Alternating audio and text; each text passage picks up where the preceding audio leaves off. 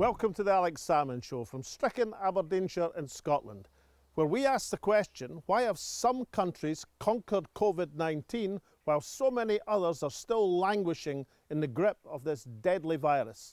For answers, we turn to Professor Michael Baker, key advisor to the New Zealand government, which has just about the best record in the world.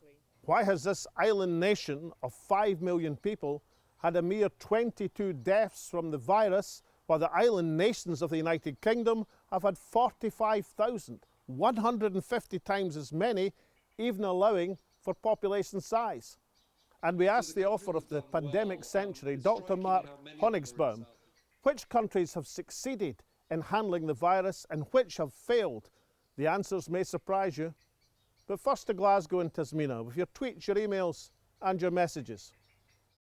Thank you, Alex. Well, there have been some really interesting responses to our show last week on the Trump presidential campaign, featuring Trump's senior legal advisor for his 2020 campaign, Jenna Ellis, and key Republican strategist Ed Martin, to whom Alex posed the question, just how much trouble is Trump now in?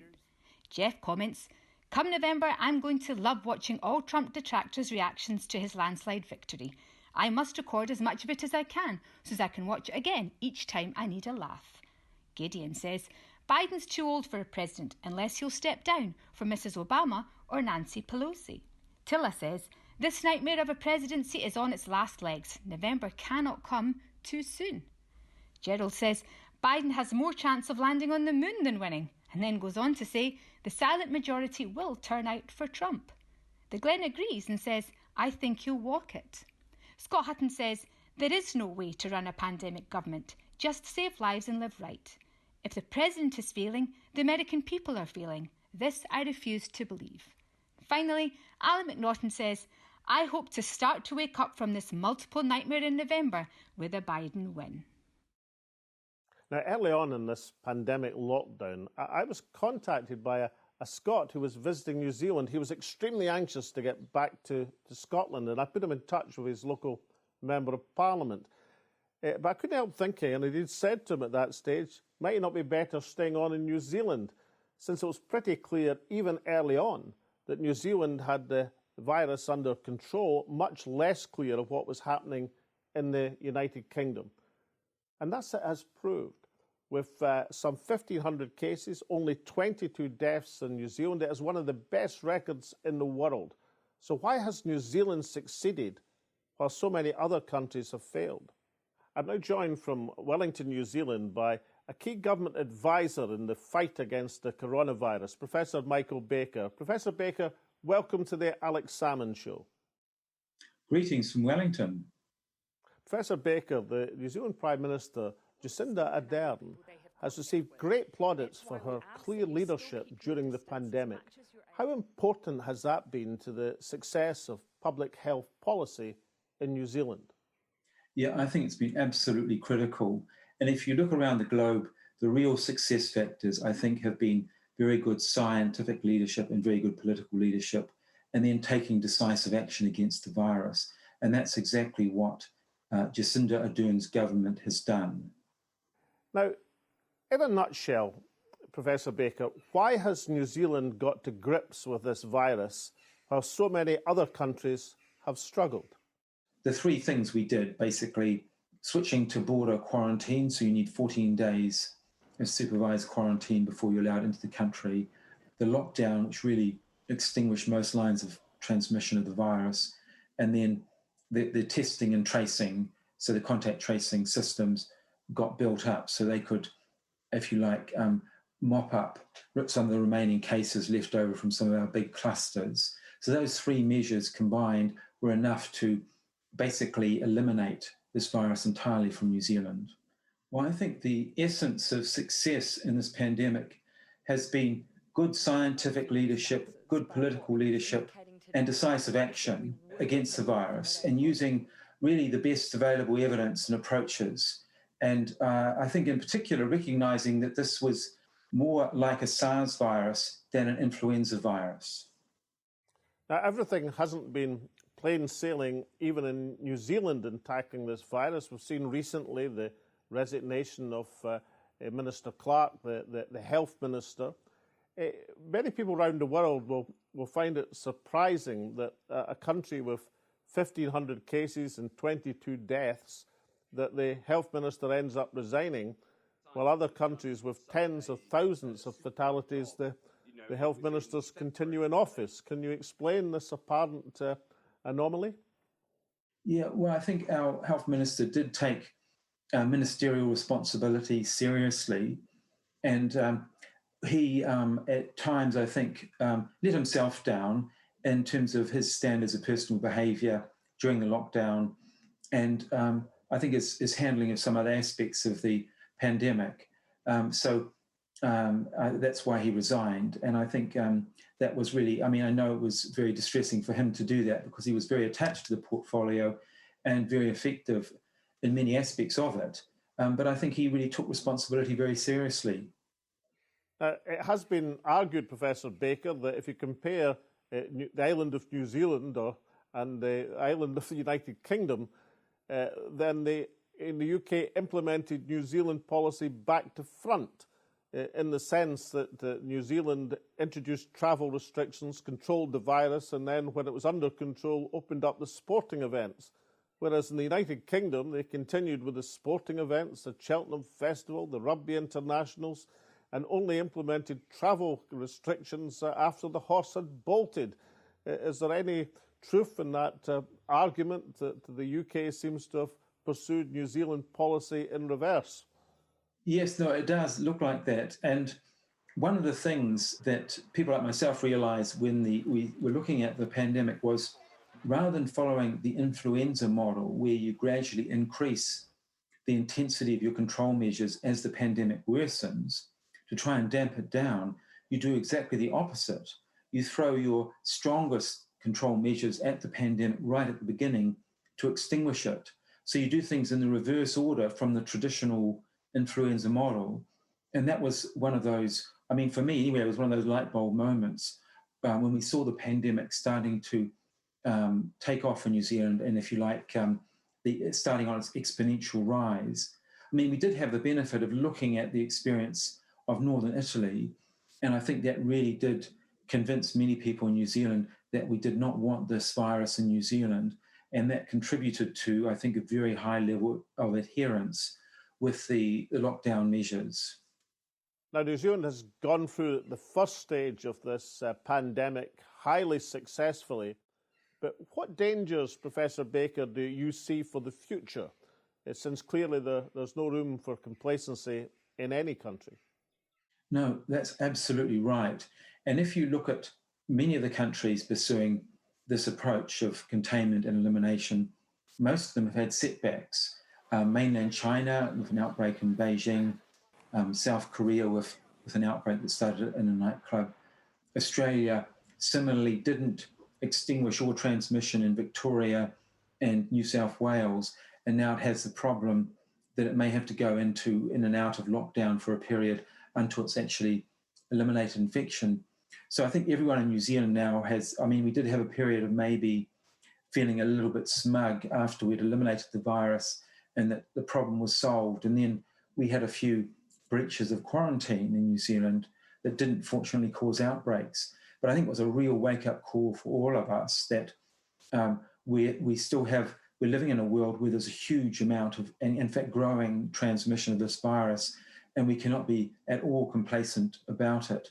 And we need to really keep managing our borders and keep doing large amounts of testing in New Zealand and make sure our tracing systems, contact tracing systems, are working well as a backstop measure.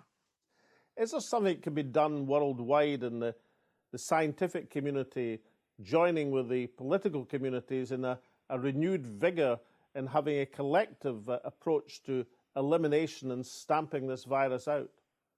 I very much hope so, because we've seen very diverse countries, as you say, successfully contain and then eliminate this infection. We do have setbacks occasionally, and you expect that. But I think the numbers speak for themselves. All these countries that are pursuing elimination have very low mortality risk compared with the rest of the world.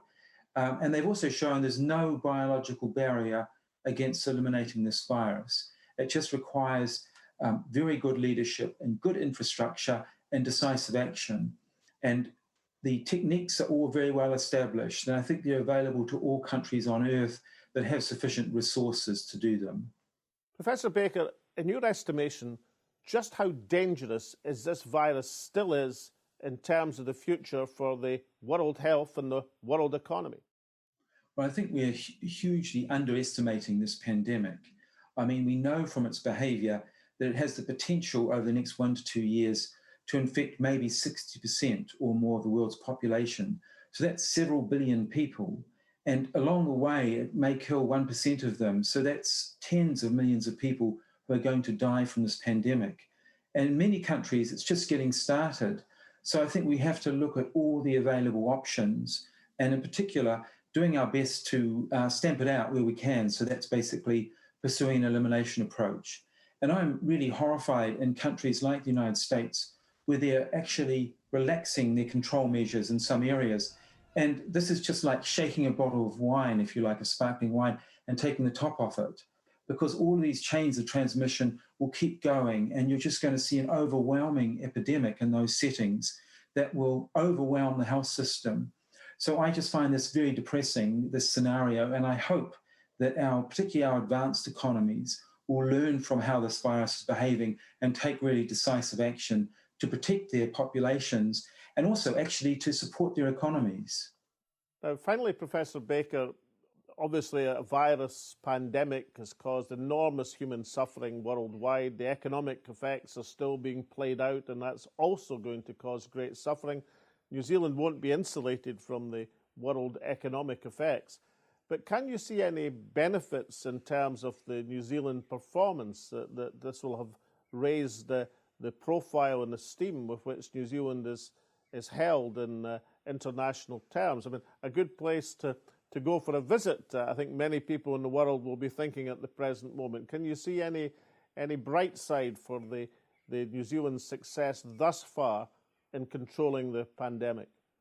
As an epidemiologist and a public health professor, the main message, the main thing I hope will be that this idea that you can beat the virus will become a global model, at least for the countries that have the resources to take that approach.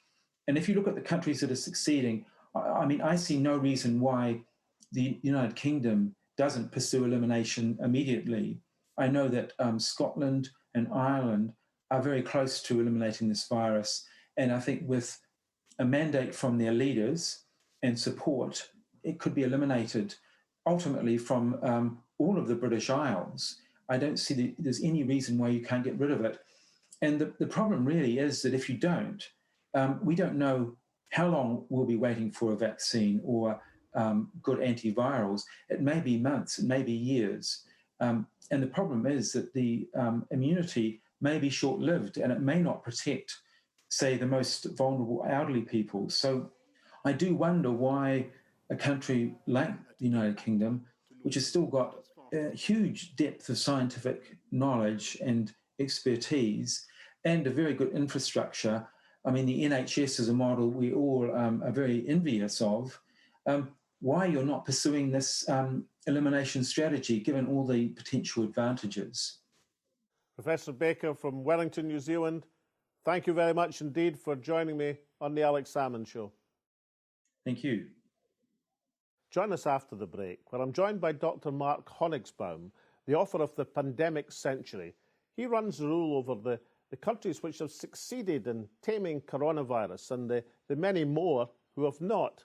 Join us then. Welcome back. So we've now heard the detail behind the spectacular success in New Zealand. But why generally have some countries succeeded in tackling the COVID virus while some clearly have not? I turn to Dr. Mark Honigsbaum, the author of The Pandemic Century. He gives us the comparisons internationally. Dr. Honigsbaum, welcome back to the Alex Salmond Show. Yeah, nice to be back, Alex. So let's get to the grips with this question. Why have some countries like New Zealand managed to handle extremely well, while other countries like the United Kingdom, have struggled, while others again, like America, are in the throes of a mounting pandemic? Well, I think the countries that have done well are the ones that saw what was happening in China in January and took early action in case the same thing happened in their countries. New Zealand's done very well because it very quickly tested, checked people coming into the country, had a good contact tracing and testing system, and, had very clear messages about, needing to isolate yourself and also, contacts of contacts. So the countries that have done well, it's striking how many of them are in Southeast Asia, where they had previous experience of SARS and therefore knew that SARS was different from influenza. So I think that was the basic cognitive error. A lot of scientists were guilty of thinking about this outbreak in terms of an influenza pandemic. Now, you can understand to some extent at least why countries perhaps delayed going into a lockdown. It's much more difficult to explain why some countries have been too fast coming out of a lockdown, given all that we've seen internationally and is known about the impact of this virus, and the fact that it's quite clear that if you stick your chin out at COVID-19, it's going to hit you very hard indeed. Well, yes, I mean, it's been very difficult, of course, because of the economic impacts and the fact that there's only so long that populations will put up with social distancing. So I think that, a lot of pressure has built up as social distancing has gone on, 2 months, 3 months. But yeah, you're absolutely right. The fundamental problem is, and many experts were warning about this, that we, shouldn't be lifting these social distancing measures until we were confident that we had a really good track, trace and isolate system in place, so that, for instance, we could have the confidence to reopen schools because we knew precisely where, down to a granular local level, where those transmission chains were going on. And that meant that if you know where the virus is, you can very quickly deploy contact tracers to persuade people to self-isolate and to stop the infection spreading more widely and getting into places where you don't want it to go. So schools would be one place you absolutely do not want this coronavirus to go. The problem is, of course, that we've got a system, for instance, in the UK, where it's still highly centralized, and there are these big delays between information getting from a local level to the contact tracing at the central level and then flowing back. And we've seen that in Leicester, where only it's taken 2 weeks for them to really find out where these outbreaks were occurring within Leicester. Now, we've seen examples of countries who've got to grips with the virus by extreme measures in some cases. Mainland China, Taiwan has been a tremendous success. Other countries such as Australia, such as New Zealand, seem to have got a pretty firm grip on the situation. Casting your eye first across Europe, which countries do you think have got this under control, and what must they do now to keep it under control? Well, I mean, I suppose the best example of a country that really had an excellent contact tracing system was Germany. They are currently testing something like 70,000 people every single day, and they've been doing that for some time. By contrast, the UK, even in March, was only testing about 10,000, and we're currently around 40,000, so about half Germany's number. Greece also did quite well. I mean, Portugal also did quite well early on, although in all these countries now, we're seeing, resurgences of coronavirus in different pockets. So I think it's really important to recognize that some countries did an excellent job of testing and following where the virus was in their communities. But even those countries are now facing these challenges of what to do as they have outbreaks coming back, as people relax and maybe let down their guard slightly. So, there have been concerns in Lisbon just in the past few weeks in certain areas where there's dense social housing. And I think this is a pattern we're going to see. We're going to see outbreaks in places where people are packed together, in these high rises, or where, there are particular plants, factories such as meat processing plants in Germany, which have been particular centers for these outbreaks. Same thing happened in the United States. So we're going to have to really keep a wary eye and, very quickly mobilize people to suppress the infection wherever it pops up. Now, the World Health Organization spokesperson has compared the stamping out the virus to the equivalent of a campfire in the forest. If your system is effective, you can stamp out the embers. If it's not effective, it sets off a forest fire. In your estimation, which countries have got their test and trace system into a shape that allows them to stamp out the embers, and which countries still have work to do? Well, I think, the countries I mentioned in Europe, obviously, Germany's been very good. England, I'm not talking about the whole of the United Kingdom, because I think Scotland and Wales have done far better. But in England, we're still really suffering because two reasons, really. One is that we have still a very centralized system. So the countries that have done well, such as Germany, have succeeded because a lot of the lab work and the tracing is done at a regional or local level. And that means you don't have these long delays between, the test going off and then coming back, and then the information flowing back down to local levels, so that local contact tracers and teams can be mobilized to bring those messages, make sure that there's actually shutdowns in the communities where you need it. Looking worldwide, Taiwan, which you mentioned, Japan has been quite successful.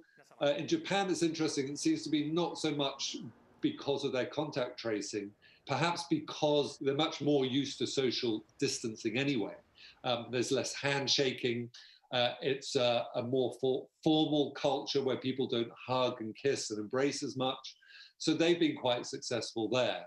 And also, countries like Thailand, South Korea, all countries where there was a certain mistrust early on of data coming out of China, but also they had this experience of SARS-1. So they knew you could suppress coronaviruses if you took rapid early action and had like a really vigorous contact tracing system in place. Well, Professor Michael Baker from New Zealand warns that it's urgent that those countries with experience in handling the virus find a way to input their knowledge into those countries which are still struggling, because the second wave of this virus could be deadlier than the first. But isn't that sort of thing is what the World Health Organization is designed to do? There must be a method, surely, of getting the argument across for containment and eradication? Well, I think that's right. But the problem is that what's missing is global leadership at the political level. A good example, historically, quite recently, is the Ebola outbreak. How did we suppress the Ebola outbreak? Because President Obama, in that case, stepped up, brought world leaders together. Ebola was debated on the floor of the United Nations. And as a result, there was a coordinated military and humanitarian response involving the United States, United Kingdom, and France, flying in aid and military expertise to West Africa. And finally, Mark, it's said that humankind, in terms of the warfare and waste of life, is incapable of learning from history. Is it possible, even in this century of communications worldwide, that the same might apply to pestilence, that we are incapable of learning the lessons of history and applying them for the good of humanity? The big danger I really see is, yes, I still think that there is a large section of the population who don't listen to historians, but actually don't listen to any kind of experts. So my worry really is that there are still a lot of people who don't really believe in the coronavirus. They don't think COVID is real. They think it's a hoax and a ruse somehow to enslave human populations and deny them their liberties and freedom of movement. And my big worry is that for those entrenched people who just don't believe anything they're being told by science, will they even take a vaccine if it's made available?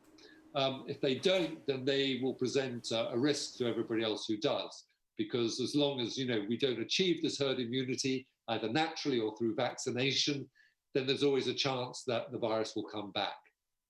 Dr. Mark Honigsbaum, author of The Pandemic Century, thank you so much for joining me once again on the Alex Salmond Show. Thank you so much, Alex, for having me. Always a pleasure to talk to you. The epicenter of this pandemic has moved progressively from Asia to Europe, now to the Americas. The fear is that Africa is yet to come. In each continent, some countries have handled it well, some badly, and some very badly. These differences do not depend on size nor the system of government. New Zealand is a small liberal democracy and has one of the lowest death rates in the world. The United Kingdom is a large liberal democracy and has one of the highest. Within the United Kingdom, England has performed significantly worse than the other home nations. The characteristic which distinguishes success from failure is the effectiveness of public health policy bearing down upon the disease. Countries which have an established test and trace system have done well. Those who haven't have struggled badly. One thing is certain, if you stick your chin out with this virus, it will hit you hard and then hit you again. Perhaps more countries should have looked south to New Zealand for an example of public health policy in operation. Certainly the United Kingdom, taking an example from its old dominion, would be the world turned upside down. But nonetheless, that is exactly what should be done. And now from Tasmina, myself, and all at the show, it's goodbye for now. Stay safe, and we'll see you again next week.